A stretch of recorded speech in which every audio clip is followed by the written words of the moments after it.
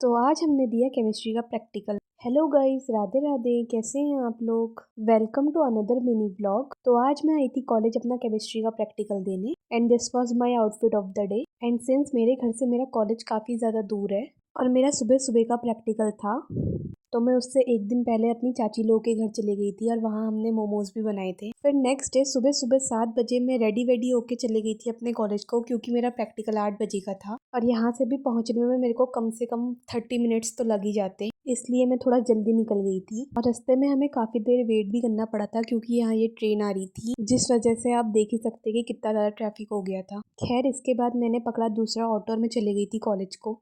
और यहाँ मैं कॉलेज पहुँच गई थी और कॉलेज में देखो कितनी ज़्यादा शांति थी।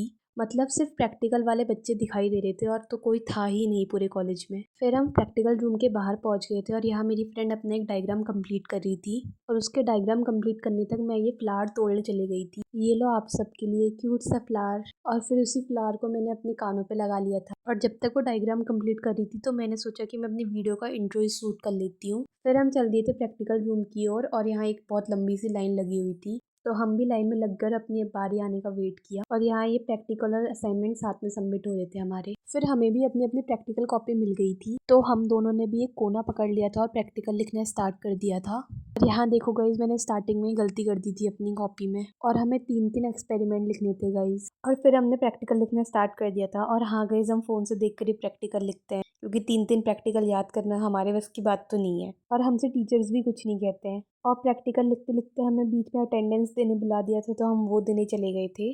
बेसिकली बस साइन करना था गाइस। और मेरी हिम्मत तो देखो टीचर्स के सामने ही शूट कर रही हूँ। फिर उसके बाद मैंने अपना पूरा प्रैक्टिकल लिख लिया था और ये मेरी साथ वाली अभी भी लिख ही रही थी, इसका अभी भी कंप्लीट नहीं हुआ था। और फिर थोड़ी देर में इसने भी अपना काम कंप्लीट कर लिया था।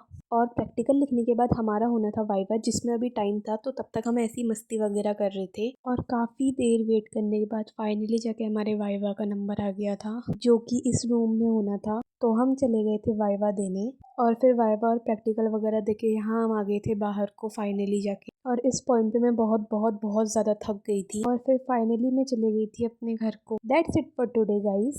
Subscribe to my channel for more such videos. Bye bye.